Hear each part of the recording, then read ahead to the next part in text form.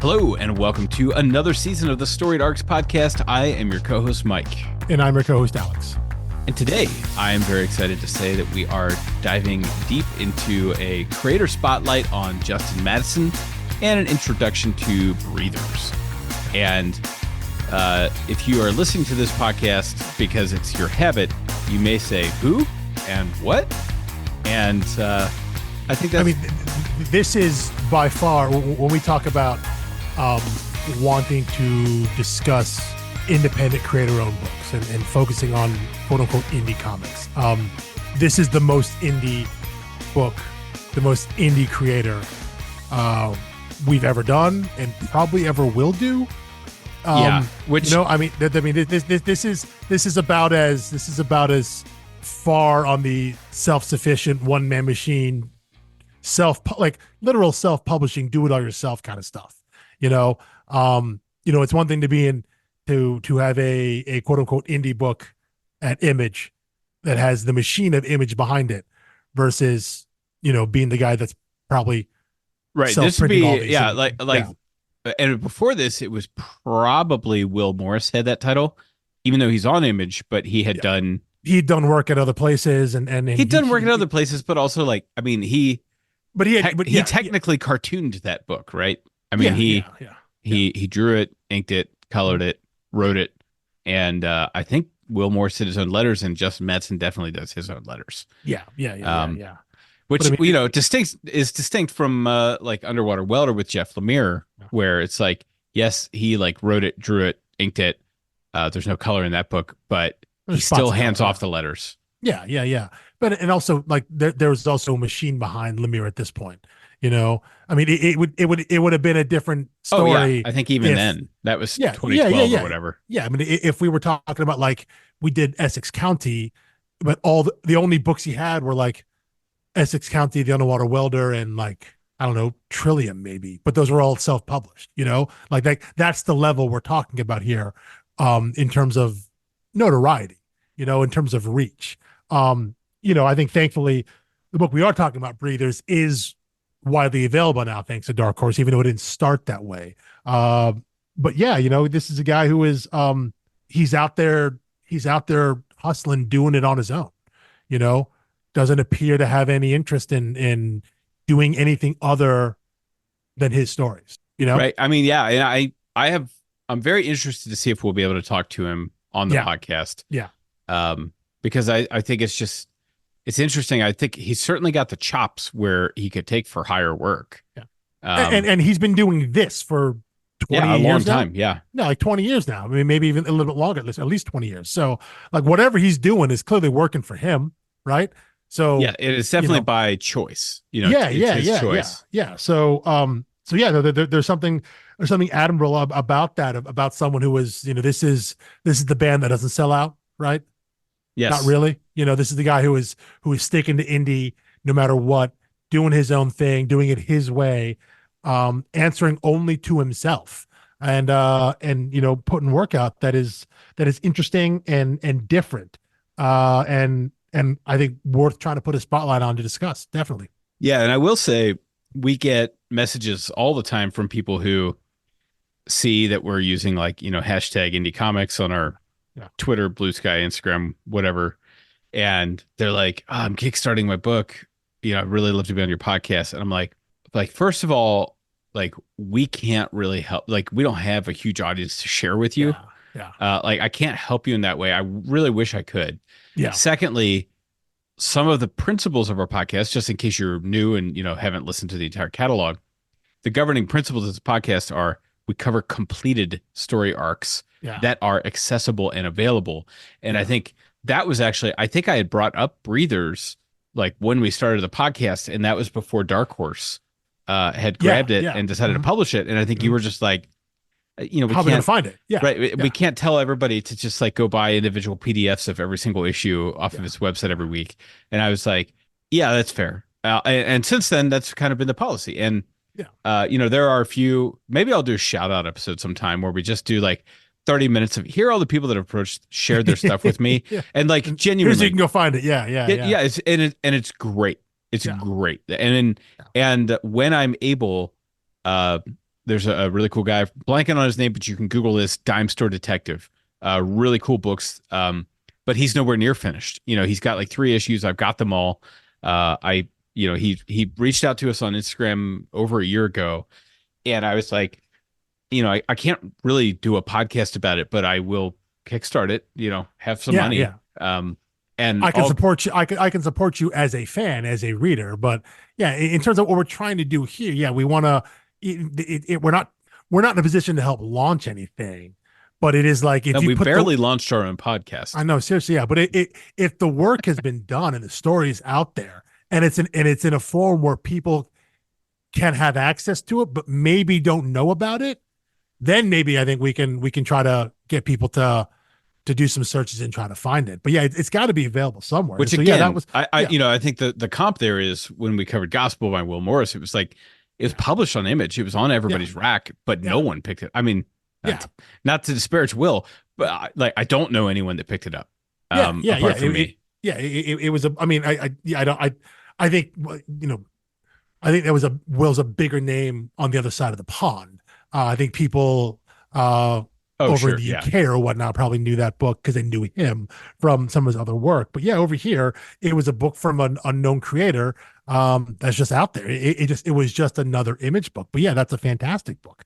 And I'm so glad we talked about it. And you're right. I remember you bringing up Breathers a while back and just thinking like, if I can't search right now to find the book, like if in the 30 seconds after you first mentioned, if I can't find it somewhere, find all of it, right? Then how can we direct anyone to say, come read along with us? Go find this book, go support this author if we don't even know how to get it. If it's not even available. So the fact that it was, and we'll talk about Breather's specific publication history and kind of the twists and turns with that in a little bit, but just the fact that it was able to be released fully and completely through a well-known vessel publisher like Dark Horse, just to make it available for people, obviously helps our cause some, but it helps everyone out in terms of, it is now out there to be found. You can, it is readily available to be read now. Yeah. To me, I think the reason I was so excited to share Breathers is because it looked like Jeff Lemire. Yeah. Well, I mean, no, literally that's how I discovered it. Like I have a search alert on for Jeff Lemire variants. And when It's Alive published Breathers #1, wait, it's just out of reach and off camera. And we're on an audio medium anyway, but there's Justin's cover, right? Yep. Beautiful, totally my vibe anyway. There's Lemire's. Matt Kent. Lemire, Matt Kent, yes. Yeah. Which are like 2 automatic buy names for me anyway. And if you're familiar simply with those styles of Lemire or any of, I mean, obviously the Matt Kent, but we talked about was Grass Kings, where he worked with Tyler Jenkins. Right. No, more the mind management vibe. Yeah. If you see any of the books that Matt has cartooned himself, that there's a similar tree in terms of art style and character representation that both Matt Kent and Jeff Lemire has, that when you see Justin Madson's art, I mean, if you know it, you're like, oh yeah, that looks like there is similarity there. Whether there's actual influence or inspiration there, no idea. But there is an aesthetic kind of through line between those creators. Yeah, and I was actually hoping that at some point in this specific episode of the podcast, you could help me isolate what it is, because I've just got like very broad vibe comps for this. It's like, there's like, it's a dystopian novel. There's lots of dystopian things we could talk about. There's plenty of real world things we could talk about. Yeah, we'll get to that in the actual discussion. Right. Yeah. But I was talking to someone about it, and I was coming up with comps, and none of them meant anything to them. But I was like, it's like, feels a little bit like an Essex County underwater welder vibe, but has like a little bit of like, the mind management, and even my experience reading it in terms of like, it's cartoon, but it's broken into like smaller chunks than even like individual issues. I think my first experience reading something like that was Blankets by is that Craig Thompson? Craig Thompson, yeah. Yeah. That's good. Yeah, and I'm again, it's like I'm not in any way comparing them as artists or writers or anything. It's more like literal. structure. It's a literal vibe check. Yeah, in Yeah, structure. yeah. I mean, I think there's a sweet tooth vibe to this. The idea of a dystopian future. The world has been wrecked. It's changed in some way. And you have the childhood innocence type. Yeah, and yeah. There's this level of like, it's like a soft sci-fi, right? Yes. Where it's ostensibly our world, and Sweet Tooth is ostensibly our world, but things are just like a little bit off. Like the dial is like just one or two notches to askew to one side, and I think that's kind of the world that Breathers is kind of resides in. I think it's a lot of that's a through line, I think, though, in all of Madson's work. That there is, it is our world per se, but there's some slight, maybe it's a sci-fi element, maybe it's a whimsical fantasy element. There's something little twist to it, but he's examining what are effectively just like everyday life. It's very like slice of life. Like, here's what it's like to live in this world and exist in this world, which again, ostensibly our world, but there's just like a little bit of twist to it. And there's this little added sauce to it that gives maybe a mirror, some extra perspective, extra commentary that allows him to give on our world. But it's not like, it isn't like a hard sci-fi, like we're not out in space or anything like that. It's not a fantasy land. We're in our world. There are things that are recognizable to us, but it's just like a little bit different. Yeah, and in fact, it's basically the world is different, but the characters are us. The characters are people we know. Exactly. They're not super gifted, they're not super talented, they're not even super courageous or bold. They're like extremely human, mundane characters in a slightly more interesting version of our world, one direction or another. And I think that's what I always like about Lemire is like, he doesn't write, very rarely writes like, here's a really brave hero doing just crazy things. It's like, it's regular. Here's a guy trying to summon the strength to do like a regular thing. There is the crises are existential, even though the world is facing very real crises. They're all the characters are meant to be everyman people. These are just people just trying to get through for the most part, just trying to get through the day. Figuring out how to get through the day, going to work, dealing with the same kinds of problems that everyone deals with here. Is just maybe there's a like in his book Carbon, maybe it's just that there's a town full of people who are psychic. In Tin Man, they exist in a world where there are Tin Woodsmen, in the next town over. Here in Breathers, it's the world we live in, except the air is toxic and can kill you. So how does that change what the everyday experience is? Well, it changes specifically how they interact with the world, but it doesn't change the problems. It doesn't change the people. Right.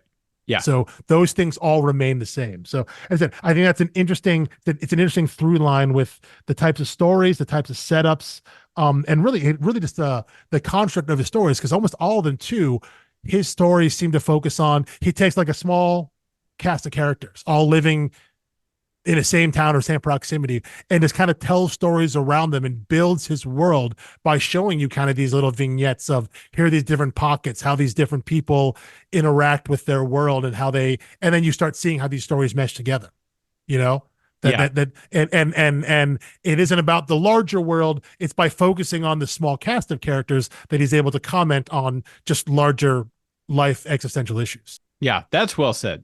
So should we talk about the man himself for a little bit? I mean, as much as we can surmise from the limited press clippings and his own website. I don't think he even has a Wikipedia, right? I don't think he does. Maybe I don't he think does. It does. Yeah, I mean, we'll make one for him. In exchange for coming on our podcast, we'll make him. We'll start a Wikipedia. For him, sure. Yeah, because you can't make one about yourself. You're not a credible source. Yes. Yeah. Apparently, we are though. We're getting into a whole newsroom bit about how it was like Dev Patel's character was trying to help someone edit their Wikipedia page, And he was like, it says that I'm not a credible source because I know you personally. Yeah. And she was like, I'm sorry, a credible, like, I'm not credible because it's me. Me. You're not credible because you know me.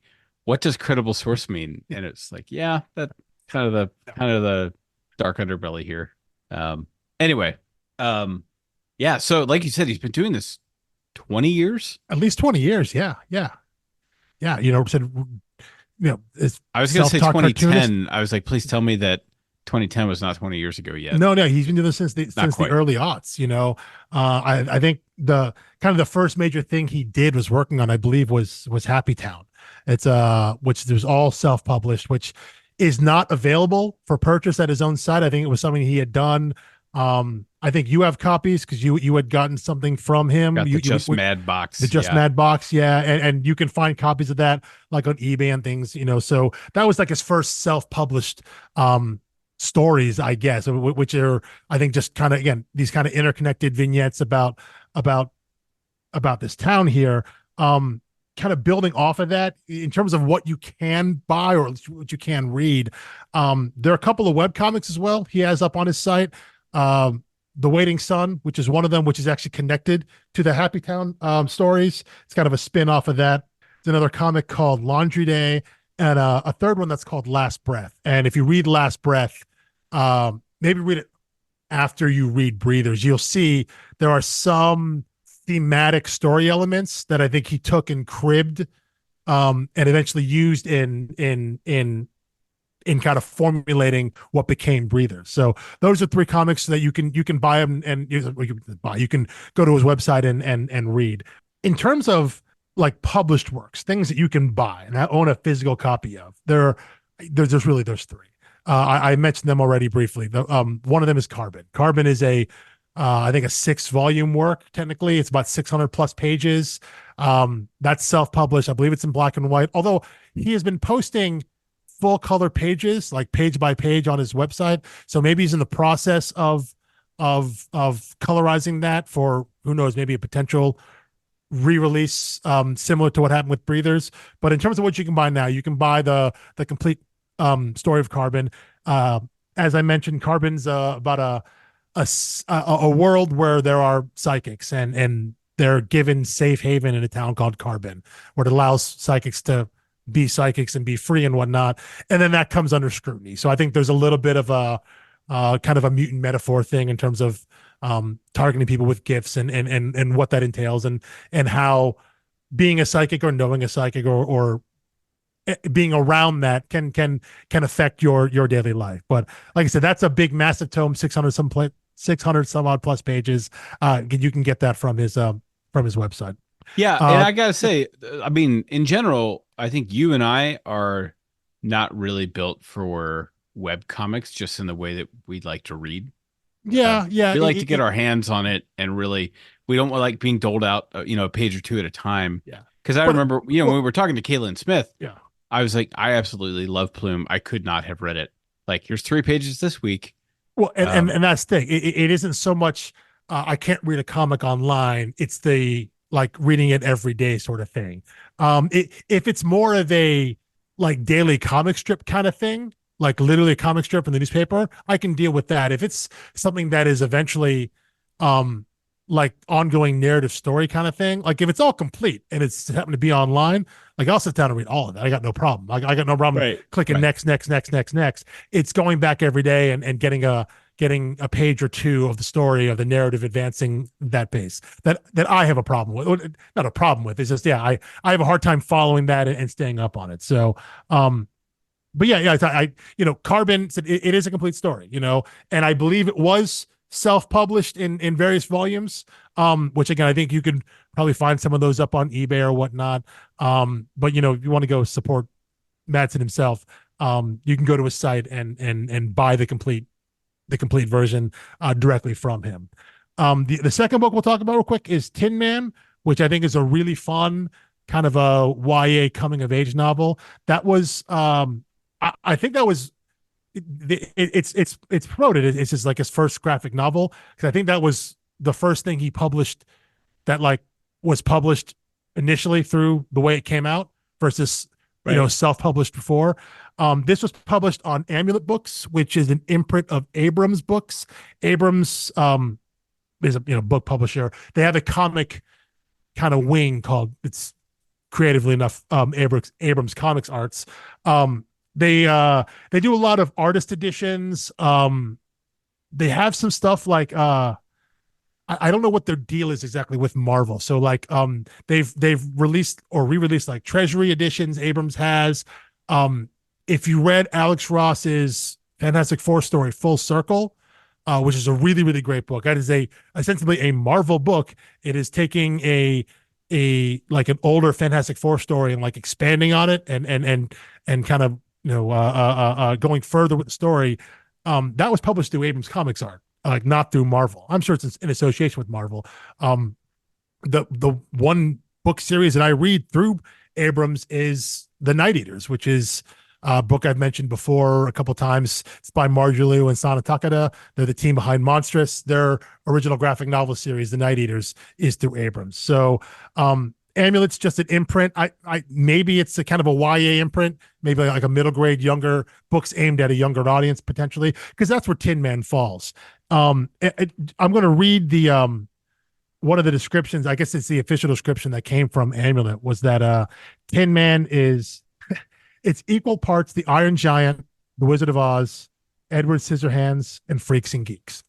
And having read the book, I'm almost angry at that description because that's literally what it is. Like, you can find, just looking at the front cover, that's what it is. If you know those stories, you will simply. It isn't like, oh yeah, that's kind of vague. Like then it's like no. This is the Iron Giant part. This is the Edward Scissorhands part. This is the Freaks and Geek part, and then obviously the Wizard of Oz part. It is Tin Man is like the ostensible Tin Man from the stories from the Wizard of Oz, and there are a ton of Wizard of Oz Easter eggs, allusions throughout the story. But it is a coming of age book about a brother and sister trying to find their place in the world. Trying to figure out what life is on at least for the sister who's she's senior in high school on the cusp of graduating and trying to figure out what her life is and what she wants to do. She had a path as a younger child and then seemingly got derailed and now she's lost and looking for a way. So it's a very sweet story. It's a pretty breezy read, and like I said, you can get that directly from Justin Madson. It's available, I think, also mostly through libraries as well. Like I know it's available on Hoopla, probably Libby as well, if that's the service your public library uses. So unlike Carbon, which is not Carbon, you pretty much have to get that complete edition directly from Madson's site. But Tin Man is out there because it's through Amulet / Abrams. That's a book you can find probably in bookshops as well. You can find it online. You can find it in comic shops. You can get it from your library. So that's a real fun book to read. Like I said, it's a younger skewing story, I guess, but quite a bit shorter than the other ones too, right? I don't know about quite a bit shorter. It's probably 220, maybe 220 pages. So that's like a graphic novelist size. I mean, right. It's just half breathers and a third of but the 1A to 210 ish, something like that. That's like that's a standard graphic novel size. I mean, the Brubaker Phillips novels, their graphic novels tend to be about 180 ish, something like that. And that's like it's a trade's worth of comic material. Which would be about 4 or 5 issues, something like that. So it falls in line with that. So that's a book you can get out and go read.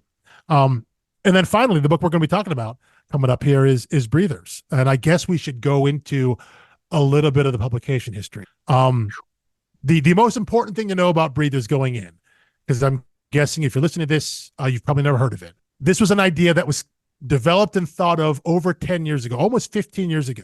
All right. So when you read this book, and just when you look at the cover and you read the synopsis of this book and you see when it was published by Dark Horse, know that this book was originally self-published in black and white in 2011. That is critically important into your understanding of the story, that everything you are reading, whatever allusions or connections you're making in your head that are legitimately unavoidable, right? Because at this point, at this point, there are just look at the front cover, and you will think you read in this book that are triggering to you in a very specific way that everyone in the world will think of the exact same thing.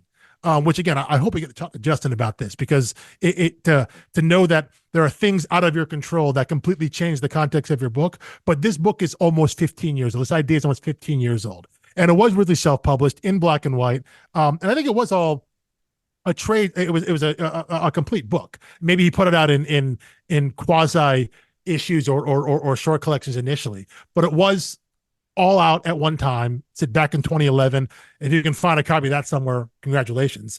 You probably went to like a small press expo or something like that back in the day. But eventually he was, I think you already mentioned It's Alive, right? The publisher. Yeah. He was approached by them to publish full color versions in single issue form.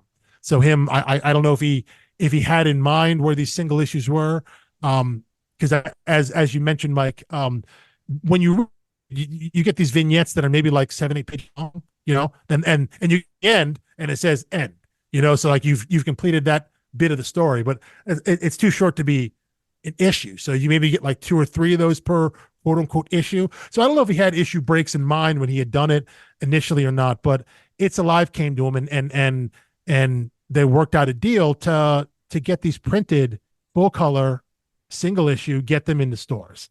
And that first issue came out December 11th, 2019. Again, these dates are very important.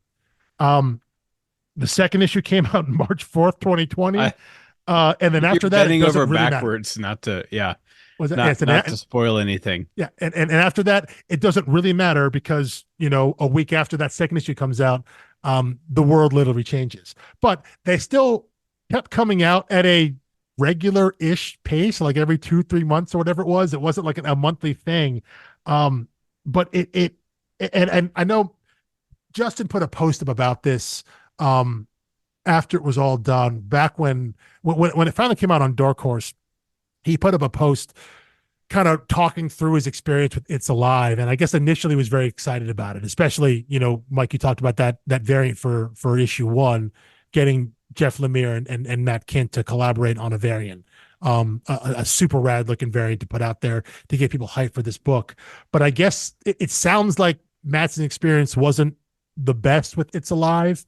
I guess he talks about there were, so It's Alive was a publisher that used crowdfunding mainly to try to revive and bring back out of print independent comics, which I think is implied in the name of It's Alive. We're bringing things back. So things that had been like old school independent comics, crowdfund ways to get those back into print, maybe in Nitro collections, things like that. And also to further, I think, books like, and creators like Justin Madson, indie comic creators, self-publishers, give them a bigger platform to maybe get their work out there and then help expand on it. I think those are the kind of the goals of It's Alive, using crowdfunding in that way. So not exactly like straight up Kickstarter where you're starting something that doesn't exist. It was almost like what you said, we're trying to revive and bring these things back. Hey, this thing's being out of print. This is an old school, important indie comic, underground comic from the 80s. We want to bring this back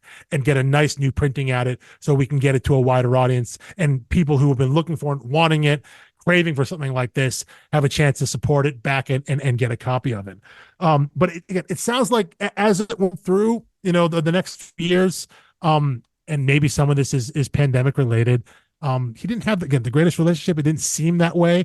And, I'd be curious to ask about that. But the tone of his post was he wasn't getting a lot of communication from them. It seems like he wasn't getting any sense of sales numbers or how things were doing or whatnot. It seemed like he was being, it seemed like he felt like he was being kept in the dark, whether intentionally or not. He just kind of didn't know what was going on with it. And then, issue 7 comes out. We're now June 2022. Issue 7 comes out of 9 initially. It's supposed to be 9 issues of Breathers. Issue 7 comes out in June. And then in August of 2022, the founder of It's Alive passes away. Drew Ford, I guess he passed away of COVID-related pneumonia. In October. That I did not know. Yeah, yeah. Wow. So, and at that point, I think Justin had no idea what was going on with the books. Um, I guess the way he describes it is that in January 2023, issue 8 comes out, and I think that seemed like a surprise to him because he had no idea what was going on. I think there's a confusing thing going on there in terms of what would be happening with the publisher with what's happening at It's Alive. But I think the fact that issue 8 was even printed and released was a shock to him. But then issue 9 never came out, so the final issue was never released. And I guess through all of this, there had been talks with Dark Horse about putting out a new version now that it was fully colorized, putting out a new collection. And I guess after It's Alive kind of folded and all that went down, he was able to kind of reapproach or be reapproached by Dark Horse to get this printed and released. And it ultimately was, as we record this here in early 2024, it came out last October 2023, the full complete edition with all 9 issues, plus I guess what's a 0 issue. It's kind of like a preview, almost like an ashcan preview. That's Right. also included in the collection. So all the material for breeders, including cover galleries, variant covers, the kinds of things you see in kind of the deluxe oversized collections from any publisher of any book. It got that treatment from Dark Horse, which was really cool to see. And that was when that book came out, when it was released from Dark Horse. That's when this post, it's pinned up on Justin's site. If you go there, it's the I guess it's the second post behind wherever the most current post is, but it talks about the It's Alive situation, and even in that post, he posted a link to issue 9. So if you had the issues there, got 1 through 8, even though it was now collected in this new Dark Horse printing, he posted a link to a PDF of what would have been issue 9, which is the final the final chapter. It's including the conclusion part of this entire story. So it was all up there. So that it's I mean that's I pulled it up on the screen earlier. I've got every A and B cover for 1 through 8. Mm-hmm. And I'm gonna probably put it in the same box as issues 1 and 2 of the Seeds. Which is books I thoroughly enjoyed, came out in trade, and the single issue collection cannot ever be complete. It actually they don't exist, right? And I realize I'm talking about like collector versus speculator here. I actually think it is kind of a cool collector keepsake to say like, oh, this is the unfinished, publication. Well, yeah, it's of this. I'm not saying it's like worth anything to anyone other than like. Well, there's a really hipster aspect to it, as we talked about, comparing him to like an indie band. This is the stuff before he got big. This is the original. Oh, you like that first album, that first major label album, but like no, these were the tapes he was selling on the back of his car. So there's a hipster aspect to it. Yeah, the reference I was gonna make a comp, and I was like, oh god, I would just sound like way too much like a 90s. Too late. Might as well just go with it now. But okay, well, I guess this will test your like 90s like sub pop culture trivia. Mm-hmm. If I say the Lily White Sessions, does that mean anything to you? Yeah, of course. I had them on CD. Okay. See, there it is. There it is. Yeah. I went to the University of Virginia. I was in Charlottesville when I didn't know. I didn't connect that. I was in Charlottesville when that was recorded and then scrapped and then became busted stuff. Don't come to me with Dave Matthews trivia. Jesus, come on. Well, of course I know that. The Lily White Sessions. Jesus, like I wouldn't know what that is. I was there. Literally, I was there. Yeah, no, I mean, I didn't have the Lily White until after Busted Stuff came out, but I have it, on CD.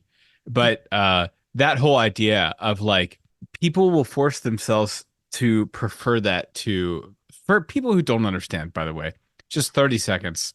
Yeah. The Dave Matthews Band had an album in 2002 called Busted Stuff, but that album had actually been previously recorded. All of those tracks. Most of it like had been like pre-mastered or mastered with the producer Steve Lillywhite, who had produced their best albums. And for some studio controversy, They didn't want Lily White anymore. So they were like, okay, well, you kind of just need to re-record all these because we don't want to pay Steve Lillywhite. We want to get somebody else in there. So they just redid all the songs with a different engineer and a different producer and released it as busted stuff. Yeah. But Dave Matthews got famous from people sneaking equipment into his shows and recording. So now he has a very open, laissez-faire policy with that. And someone in the band just dumped the Lillywhite sessions on probably Napster or LimeWire back in the day. It's a lost album. It's that sort of thing.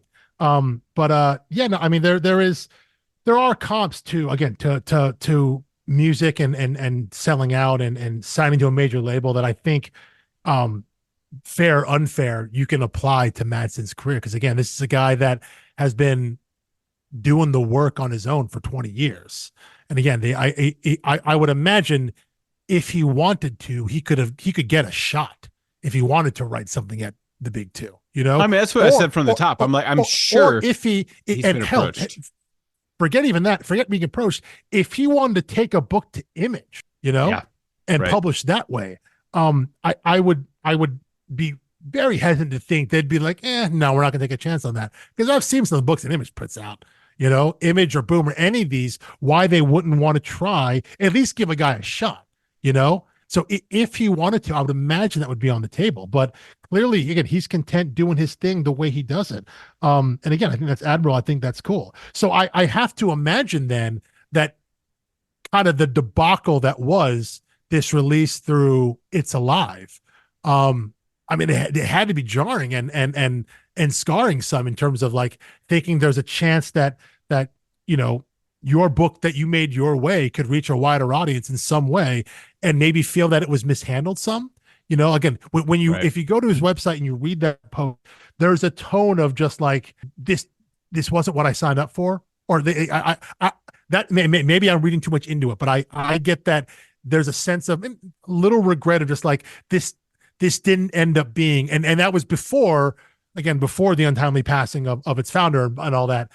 Before that happened, that the process leading up to it, just releasing those issues as it went after that initial rush of the first issue and the variant they got and things like that, and it didn't seem that it was the kind of thing he thought he was going to be getting out of it. So, I wonder if how that has potentially changed how he sees the publishing landscape, if he thinks he would ever go back that route and do anything like that.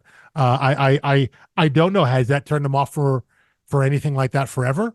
Or, because again, he seems content doing what he's doing, but there is something to be said for like, you can still do that and reach a slightly wider audience, and isn't that like, if you can do that and still do the books that you're doing without having someone to tell you how to do it differently, isn't that like potentially worth it? Like, because what's the point of, I mean, this comes back to like the larger existential question of like, what's the point of making art, Right. Is it just is it just a self-service thing, or are you trying to get people to read it? Do you want to get it out to as many people as possible so they can experience it?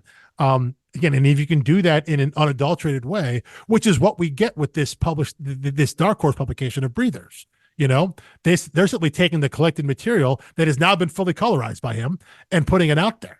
It isn't like there's larger editorial. I don't believe there's any changes in terms of how it's published, how it's looked, how it's presented, anything like that. So this is his story, just like it was self-published in 2011. It just has full color now. Right. So whatever his artistic expression and meaning behind it is, it's all there preserved. Now again, the context and the world in which it's released completely different, but he can't control that. All he can control was on the page, and he had full control over that. So if he's given that opportunity again, would he take it now? Because he said, or did this thing with It's Alive sour him on it? I don't know. Because I think it'd be great for someone like this if they got a larger platform to tell their stories, Oh yeah. I mean, that's my thing is, I never want to ask an artist to compromise their artistic integrity. Yeah. And certainly not their vision. But I also am like, you put so much work into this, and it's I mean, it's really great stuff. I just want as many people to be able to see it as possible. Exactly. Yeah. Yeah. But that isn't always everyone's goal either. 100%.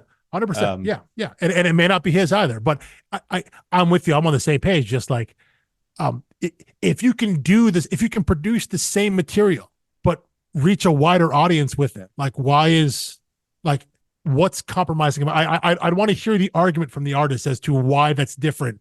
If you got to do the thing you wanted to do, and the difference was like 5 people see it or 5,000 people, whether it's a commercial, whether it's about the money or not, it's about the exposure to the art, right? It's about people seeing your work and thinking about it and commenting on it and experiencing it. And I would think that would be the goal. But again, I'm not going to sit and speak for artists, but I'm with you. When I consume something like that I like, I want as many people to try to get to it as possible. Yeah. You want to share it. So. Right. I mean, yeah, it's how I feel, but I also know, I know directors who are like, oh, I wouldn't want my movie showing in a Cinemark or something like that. I want small organic experiences in, these indie art theaters. Which, I wish I had such a pure love for something that I wasn't but could I also make money? But again, though, I think so just in case anyone's curious, I would absolutely be to some extent a sellout. Yeah. But again, I don't think it has to be about the money. It's just the idea of more people experiencing your art, whether or not you get fun, whether that means, it's commercially better or not. Just the idea that, again, 10 people in a theater seeing it or 100 people in a theater seeing it, whether or not you get more money out of that, wouldn't you want more people to just experience your art? Right. Or is that not why you're making it? And if that's not why you're making it, if you're making it so no one sees it, then like, I guess there's some level of like, okay, fine, but then why release it at all? And that's a larger existential question about the nature of art. But, I want to see creatives when they put their heart and soul into something, especially when you're doing it like this, when you're self-publishing, when what you've been relying on is self-publishing, and it's what you've been doing and what you've built your career on, to see them get rewarded, they deserve to get rewarded. They deserve to get a larger spotlight, so more people can see their work and experience it, and more people buy their stuff so they can keep making more stuff, that's what I want to see. So, yeah. And Justin, if you're listening, I have tried very hard to support you. I've purchased original prints of yours. I've purchased the Just Mad box. I've purchased every variant of every issue of Breathers, and now the Dark Horse trade edition. So, I'm you can try to hide from me, but I will find your stuff. And you've already read Tin Man and Carbon, right? I've not read Carbon yet. I've there's some samples that I've read. I need to get on trying to read that. I'll have to purchase that and get that. But yeah, I have read Tin Man. Tin Man's I want to support. I want to try to find these books, and I was able to find Tin Man through the library, through with the Hoopla app in my library, which I know Breathers is available too. So if you're looking at a place to get it, we're all about supporting public libraries as well. But yeah, if I can find Tin Man out in the wild somewhere, or probably just get it direct from the site, get the books directly, buy them directly from Justin's site. That's I'd love to have it, because it's a nice, fun little sweet story. So, but yeah, Carbon, 600 some pages in like one tome. That's a lot. Yeah, we should say something. It's now we're going to do our intro to Breathers. We've covered kind of every non-spoiler thing we can say about it, but it is 425 pages, yet one volume. And we typically do this podcast one volume at a time. Yeah. And we've been debating, do we try to split it in half artificially? Yeah. Theoretically, you could even do 4.5 issues, since no one's going to be reading a single issue anyway. Yeah, we could stop on a page. But it's like one coherent story. So I believe what we've landed on is we're going to discuss the whole thing in two parts. We're discussing it all in one discussion that will probably span 2 weeks. But the idea is that we're not going to treat part one. We're going to start the discussion as if you've read the entire book. So part one of discussion will not be the first half of the book. We'll still be talking about the story in totality, right?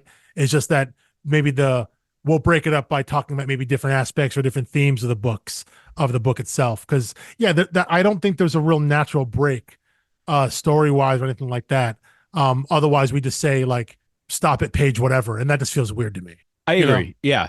And because the other thing I'll say is that like we're asking you to read basically 425-ish pages. Yeah, 9 issues in a week. Yeah, 9 issues in a week. However, I will say this is quite different than reading like 425 pages of like a Silver Age book or something where it's just loaded with text.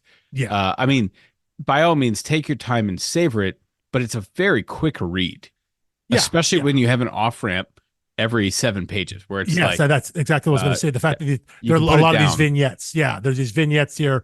It's almost like just, it feels like a collection of short stories up until the point when it's clear that all the short stories are one story together, but as you're reading it through, you'll just get like 7-8 pages. So yeah, you could take breaks, you could read through it. And it feels like you're making progress, right? Right. I mean, I read one of the segments while I was brewing my coffee this morning, and it was the perfect length for that. And the only thing is, I'm carrying this book around the house with me now, and anytime I have like a little 5 to 7 minute window, I'll pick it up and knock another one out, which is super fun. Except I'm really worried that my beautiful book is going to get pretty banged up, lugging it from room to room with a toddler in the house. I was like, should I also buy it digitally so that I could just do this on my tablet? Carry the tablet around, do 7 pages at a time. Yeah. But I mean, the bound edition is really, and I think people will know that I am a little bit particular about page material and we discussed spine that. wear. Yeah. And this one is just perfect. Like the pages are thick enough that when you grab them, they have enough gloss. They're not high gloss, but they have enough that you can like separate the pages easily when you're flipping. You don't get stuck on that. It's a glued spine, but I was able to get it to lay flat without having to do any tricks. Like I didn't have to snap the spine in order to be able to hold it open or see the center of the page. Because like I've just noticed, like Boom in particular seems to have like something with the way they bind books. They're really firm and rigid. It might be the thickness of the cover. Their trades are, I think, a little tough. I don't know about the Boom, like the oversized deluxe, like the hardcovers, how those lay flat. I'm not certain. I know their trades are they're a little tight when you get to when you try to get to the insides of the page, the crease there. It can be a little tough. So especially when like our podcast frequently is commenting on like things that are happening at the borders of pages and page layout, and when things go outside of the frames and stuff like that. So it's like if I really want to absorb it, sometimes those Boom trades aren't the best, but this Dark Horse one is perfect. That's good to know. That's good. It's nice when you get a book like that you can tell, like literally just by feel, that it's a high quality book. I mean, that makes stuff so much easier to read. And I feel like, with it being a creator-owned thing and him having done so many self-published things, he probably had a lot of specific opinions on materials and binding and everything I wonder else. about that. And I think that would depend on the deal with Dark Horse. I know, creators talk about when they work with Image and Boom and like that, specifically those, all those decisions come down to the creators in terms of the page weight, everything about it, everything they use is a decision they have to make. I did say I don't know if that's the same way with Dark Horse. Can't imagine why it wouldn't be. If the creator wants to go with the higher quality, whatever, it's going to cost more. But if they're, there are trade-offs there, right? If you want to go that route, we can do it, but then ups the price, the cost goes up, things like that. But I have to imagine there's some input there that it can't be completely left up to the publisher. And you're right, especially with someone who has a dependent of someone who's self-published on their own, probably has distinct ideas on what page weight should be. Yeah, I would think so. And I just had another moment of, I really miss having Sarah Gailey on the podcast because there was a great pun there when you said there were trade-offs when they go into trade paperback. So I'll find the cricket sound, they'll stick it back in. It could be hardcover. That's not a trade paperback. It doesn't totally work. It is, but this one is a trade. Yeah, that is true. That is true.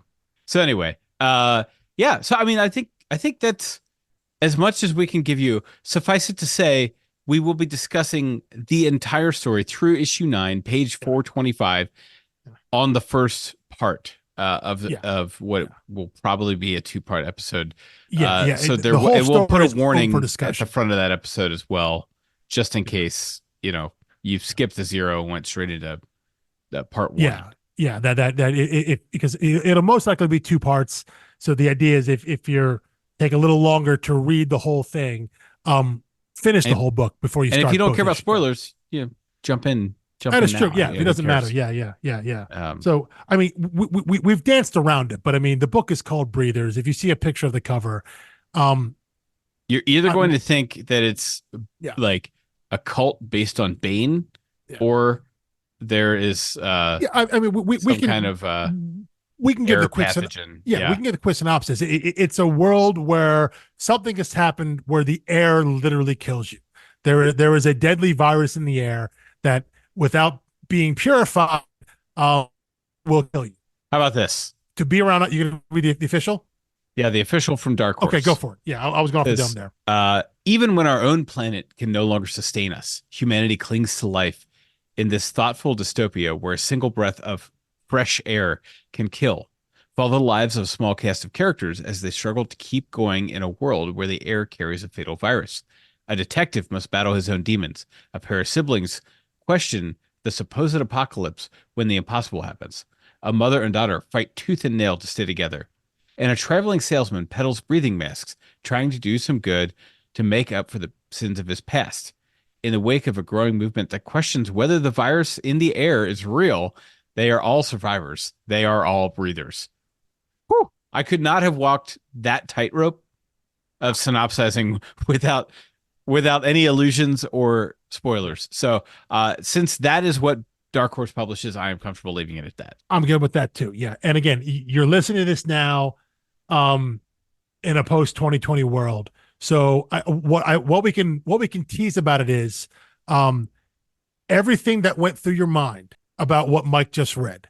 Literally everything, every story idea, plot idea, every connection you made to our real world dealing with the pandemic, specifically in the wake of 2020 and 2021, every single one of those things is addressed in this book, but not in the way you might think about, because this book was written over 10 years ago. And yet those same ideas, those same thoughts, the same conspiracies, whatever it is, the same attitudes towards masks and the virus and vaccines, all these things, all that stuff is present in this book.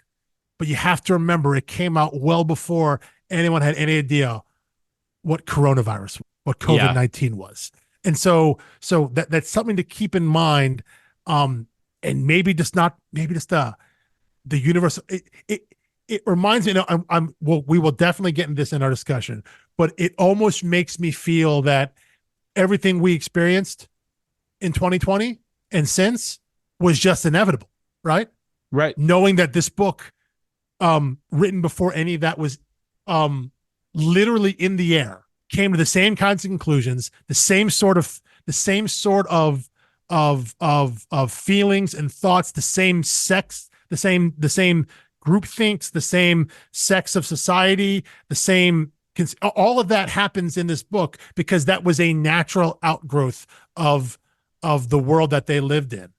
Just makes me think that everything we've lived through clearly would, like, it's almost like a fatalistic attitude of like, there's nothing we could have done. Like we already lost because this was always going to be the path we take if something like this occurred, because something like this did occur, So it is an eerie read for how much it mirrors our world. But yeah, just keep in mind the time at which it was written. But the connections you make to whatever happened or is still happening now, they're inevitable. And it's impossible not to. You cannot disassociate what you're reading from the lived experience of the last handful of years. Yeah. I guess the first question I'll have for him, I would steal from Stephen Colbert interviewed Tom York of Radiohead just a couple years ago. like post-COVID, post-Brexit, post all this stuff. And he started out, this is Colbert's first question. He said, for decades, you've been writing music that is uneasy and anxious with regards to society, our government, technology, and the direction of the world. How does it feel to be right? Yeah. No, it is. I can't imagine having written this book and then seeing how everything played out, and almost it being like a checklist, going through his own work of fiction and being like, yep, that happened. Oh, this is coming next. Oh, yep, that happened. Like it follows the same sort of timeline, the same events, just have mirrors in our real world. And like I said, it's super eerie to read. So it is unfortunately just wildly prescient, and fitting in a way that was never intended to be, So, I can't wait to get into it. I can't wait to talk about it. And I said, I really hope we get a chance to talk with Justin. I know we're working on that. We don't want to promise anything. Sometimes schedules work out, sometimes they don't, but we're trying. We want to, because I think, we'll try not to pepper him with 1,000 of the same question over and over again. But I really would love to know just how he feels about it now, and also as it was happening. It's fascinating to me to what his response would be, because he's in a unique position given the work that he had put out in the world. Yeah, well, and I gotta say, if you don't like big publishers or even big indie publishers, then we're definitely the podcast. Yeah, I feel like we're the podcast made for Justin Madson. I think so. Hopefully so. Yeah. Anyway, grab a copy, library, comic shop. Go online, order it if you have to. Get it, Hoopla, wherever. Get your hands on it. If you're going to order online, get it straight from Justin Madson's website. Yes, which, there'll be a link in the show notes directly to his site, and we might even make it easy for you. Might even link the store directly if you can't bother to make a extra click yourself. We'll do that for you too. And there's a lot of if you are drawn. Oh, there's plenty of prints too. Yeah. I was like, if you are drawn to the cover art on the front cover of Breathers, be prepared to spend a little extra money when you go to his website in the store, because it's just a ton of prints, a ton of original art. His version. I mean, it's like he's got everything. He's got his versions of like Ren and Stimpy, Pinky and the Brain, Marvel characters, DC characters, Calvin and Hobbes, Futurama, and then like original standalone prints of characters from Breathers. And then even characters that just look like they're from Breathers. So I mean, just all kinds of cool stuff, and like very affordable. As someone who spends too much money on original art, I think his stuff is. I don't know how he pays his bills. He's been doing it long enough. He's figured out some way to do it. So, but go out and find the book, read Breathers, and take your time getting through it. Our discussion will still be here when you're done. So if you don't get through it all in 1 week, well, it'll still be sitting there in your podcast app of choice. Awesome. All right. Well, with all of that, we will see you next Thursday for part 1 of our discussion of Breathers. Peace.